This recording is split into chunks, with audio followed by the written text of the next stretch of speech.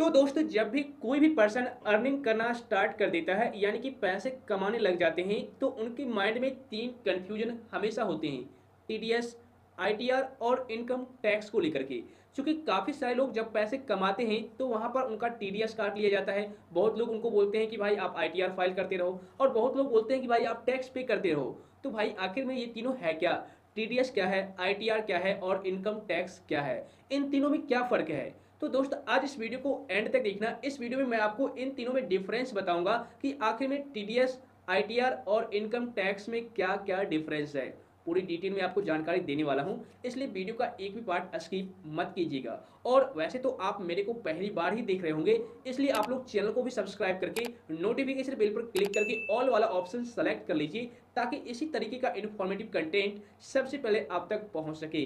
तो चलिए शुरू करते हैं। तो दोस्तों सबसे पहले समझ लेते हैं टीडीएस होता क्या है, उसके बाद मैं आपको आईटीआर और इनकम टैक्स के रिगार्डिंग भी जानकारी दूंगा। ओके, देखिए टीडीएस का फुल फॉर्म होता है टैक्स डिडक्शन सोर्स, यानी कि आपका टीडीएस काट लिया जाता है। कैसे? एक एग्जांपल के थ्रू समझ लीजिए। जैसे कि मान लो आप कहीं पर किसी कंपनी में जॉब कर रहे हैं और आपको वहां पर हर महीने 1 लाख रुपये सैलरी दी जाती है, ठीक है ना। तो जब आप मंथली पेमेंट लेते हैं तो वहां पर आपको टीडीएस काट लिया जाता है। वो टीडीएस 1% भी हो सकता है, 5% भी हो सकता है, 10% भी हो सकता है, ये एक अलग बात है। लेकिन आपको टीडीएस काट करके ही पैसे मिलते हैं, या फिर आप किसी को सर्विस दे रहे हैं तो आप उनको पेमेंट देंगे तो टीडीएस काट करके आप उनको पेमेंट देते हैं। फॉर एग्जाम्पल मान लीजिए आपने 1 लाख रुपया कमाया एक महीने में, आपकी मंथली इनकम है 1 लाख रुपये और वहां पर आपको 10% टीडीएस काट ली जा रही है हर महीने। तो इसका मतलब है कि 1 लाख का 10% 10,000, 10,000 टीडीएस काट लिया जा रहा है और आपको 90,000 दिया जाता है। ठीक है, अब ये 10,000 जाता कहाँ है? तो भाई यह जो 10,000 है आपके पैन कार्ड के जरिए इनकम टैक्स डिपार्टमेंट के यहाँ जमा हो जाता है। ठीक है, यानी कि कुल मिलाकर के ये कहा जाए कि गवर्नमेंट के पास यह जो 10,000 है वो जमा हो जाता है टीडीएस के तौर पर। ठीक है, बट इस पैसे को आप ले सकते हैं, ऐसा नहीं है कि यह एक टैक्स है। आप इस पैसे को ले सकते हैं बाद में। अब कैसे लेना है, इसको लेने से पहले आपको समझना पड़ेगा आईटीआर के बारे में। अब देखिए आईटीआर यानी कि आईटीआर का फुल फॉर्म होता है इनकम टैक्स रिटर्न। काफी सारे लोग बोलते हैं कि भाई तुम आईटीआर फाइल क्यों नहीं करते, आईटीआर भरा करो। तो आईटीआर फाइल करने का यह मतलब नहीं है कि हमें टैक्स पे करना है, नहीं। देखिए ये होता क्या है, जैसे कि मान लो आप एक साल में कमाते हो कुछ लाख रुपए, जैसे कि 4 लाख हो गया, 5 लाख हो गया, जो भी है आप कमाते हो। अब यहाँ पे एक पॉइंट क्लियर कर दूं, हर एक साल सरकार का एक बजट निकलता है कि अगर आप एक फाइनेंशियल ईयर में यानी कि 1 अप्रैल से लेकर के 31 मार्च तक आप एक फाइनेंशियल ईयर में जितनी भी अर्निंग करते हो उसका आपको टैक्स पे करना है। अब यहाँ पे एक बजट निकलता है, एक स्लैब निकलता है गवर्नमेंट की तरफ से कि अगर आप एक फाइनेंशियल ईयर में इतने लाख रुपये से ज़्यादा अर्निंग करते हैं, जैसे अभी की अगर बात किया जाए तो अगर आप एक साल के अंदर, एक फाइनेंशियल ईयर के अंदर 5 लाख रुपये तक अर्निंग करते हैं तो आपको कोई भी टैक्स पे नहीं करना है। लेकिन लेकिन अगर आप लोग 5 लाख से ज़्यादा एक फाइनेंशियल ईयर में कमा रहे हैं, कमाते हैं, तो उस सिचुएशन में आपको 5%, 10%, 20% ये सरकार के हिसाब से आपको टैक्स पे करना होगा। एक स्लैब बनता है, ठीक है, और ये हर एक साल अलग अलग स्लैब हो सकती है। ऐसा नहीं है कि इस बार अगर 5 लाख पर बन रहा है तो अगला बार भी 5 लाख पर ही आपको टैक्स पे करना होगा। हो सकता है 4 लाख पर ही टैक्स पे करना पड़े, हो सकता है 6 लाख पर टैक्स पे करना पड़े, तो ये अलग बात है। सरकार जैसा जब स्लैब निकालेगी उसके अकॉर्डिंग आपको टैक्स पे करना होगा। ठीक है, लेकिन अब यहाँ पर बात करते हैं, मान लो आपने एक फाइनेंशियल ईयर में 4 लाख रुपये ही कमाए। ठीक है, 5 लाख आपने नहीं कमाया, आपने कमाया 4 लाख रुपये और आप वहां पर आईटीआर फाइल करोगे। ठीक है, जैसे मान लो आपने 4 लाख रुपये एक फाइनेंशियल ईयर में अर्निंग किया है और आप सोच रहे हो कि मैं आईटीआर फाइल कर देता हूं, तो आप बिल्कुल आईटीआर फाइल कीजिए, इसमें कोई दिक्कत नहीं है। आपको आईटीआर फाइल करना चाहिए और यह जो है ऐसा नहीं है कि आप टैक्स पे कर रहे हो। ठीक है, जैसे कि आईटीआर फाइल करने का मतलब ये होता है, मैं आपको सिंपल लैंग्वेज में समझा दूं, आप गवर्नमेंट को अपने इनकम का ब्यौरा दे रहे हो, लेखा जोखा बता रहे हो कि मैं जो अर्निंग करता हूं वो मैं यहां से करता हूं, मेरा इनकम सोर्स ये है, मैं इस तरीके से अर्निंग करता हूं और इतना पैसा मेरे पास बचता है और इतना पैसा खर्च हो जाता है। तो जो आपको बचता है वो भी आपको बताना है और जहां पर आपको खर्च पैसा हो जाता है जिस काम में, वो भी आपको वहां पर बताना होता है आईटीआर फाइल करने के दौरान। यानी कि कुल मिलाकर के ये कहा जाए कि आप आईटीआर फाइल इसलिए करोगे ताकि गवर्नमेंट आपके बारे में पता कर सके कि आप पैसा जो है लीगली तरीके से कमा रहे हो या फिर इलीगली तरीके से, और कैसे कमा रहे हो, कौन सा इनकम का बिजनेस है या फिर कौन सा इनकम सोर्स है जिसके जरिए आप पैसे कमा रहे हो, वाकई में लीगल है या फिर इलीगल। तो इस तरीके से इसे हम आईटीआर कहते हैं। ओके, तो अगर आप 4 लाख रुपये ही एक फाइनेंशियल ईयर में कमाते हो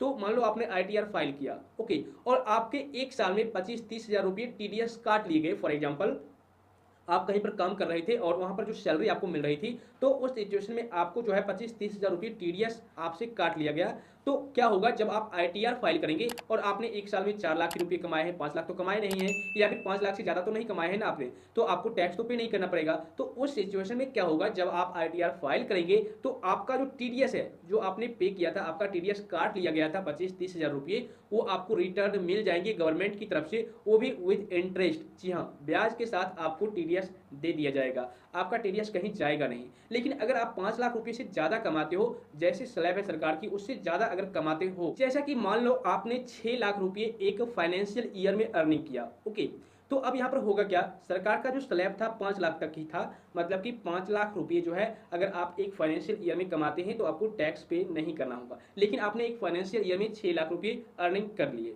ठीक है, तो मान लो 5 लाख तक तो आपको टैक्स पे नहीं करना है, लेकिन बाकी के जो बचे 1 लाख रुपए हैं उस पर तो आपको टैक्स भरना पड़ेगा, ठीक है। तो अब क्या होगा, यहाँ पर इस पॉइंट को समझ लीजिए। आपका टीडीएस कितना था, 25 हज़ार रुपये, फॉर एग्जाम्पल 30 हज़ार रुपये था, आपको टीडीएस कटा हुआ था। अब 1 लाख का मान लीजिए 5% ही आपको कटेगा। फॉर एग्जाम्पल आप 1 लाख अर्निंग की है ज़्यादा एक फाइनेंशियल ईयर में, तो आपको 5% अगर सरकार टैक्स ले रही है, तो अगर मान लीजिए 5 हज़ार रुपये आपसे टैक्स काटेगी, या फिर यूँ कहिए आपका टैक्स कटेगा 5 हज़ार रुपये, तो आपका जो टीडीएस कटा हुआ था 25-30 हज़ार रुपये, अगर 30 हज़ार रुपये कटा हुआ था तो 5 हज़ार टीडीएस रख लिया जाएगा इनकम टैक्स विभाग के द्वारा, और 25 हज़ार आपको रिटर्न कर दिया जाएगा। अगर 25 हज़ार ही टीडीएस कटा हुआ था तो 5 हज़ार आपका रख लिया जाएगा, 20 हज़ार आपको रिटर्न कर लिया जाएगा, ठीक है।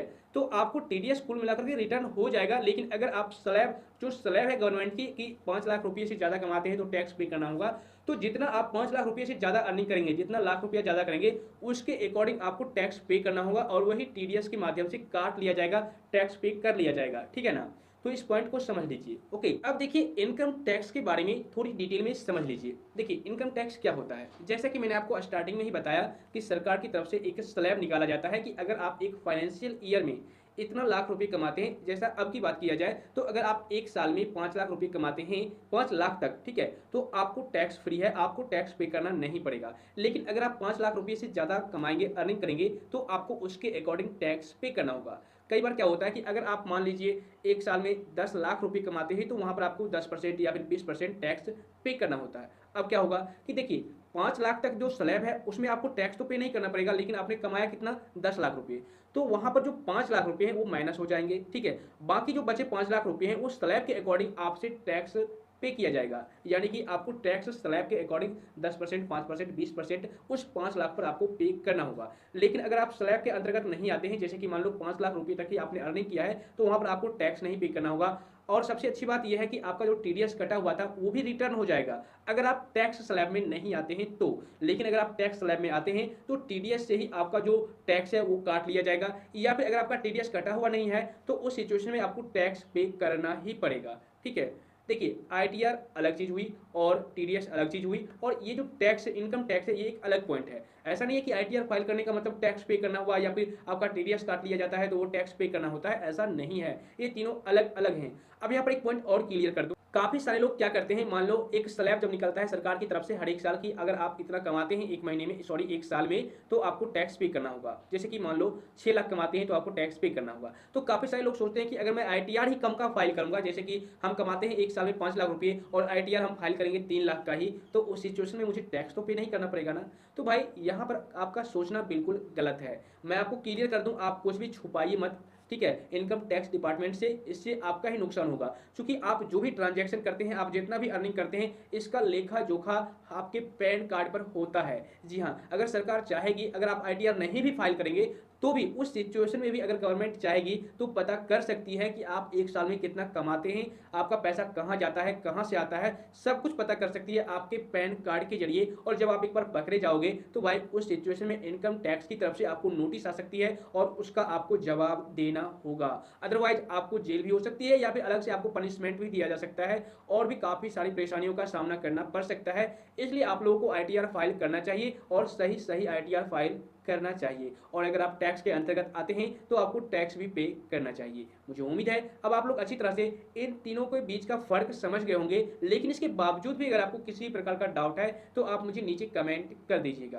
तो आज बस इतना। मैं उम्मीद करता हूं दोस्त इस वीडियो को देखने के बाद आप लोगों को कुछ इन्फॉर्मेशन तो जरूर मिली होगी। वीडियो अगर पसंद आई तो नीचे लाइक का बटन है, फटाफट क्लिक कर दीजिए और इस वीडियो को अपने फ्रेंड सर्कल में शेयर जरूर कीजिए। तो फिर मिलता हूँ आपसे फिर से किसी इन्फॉर्मेटिव कंटेंट के साथ, तब तक के लिए जय हिंद।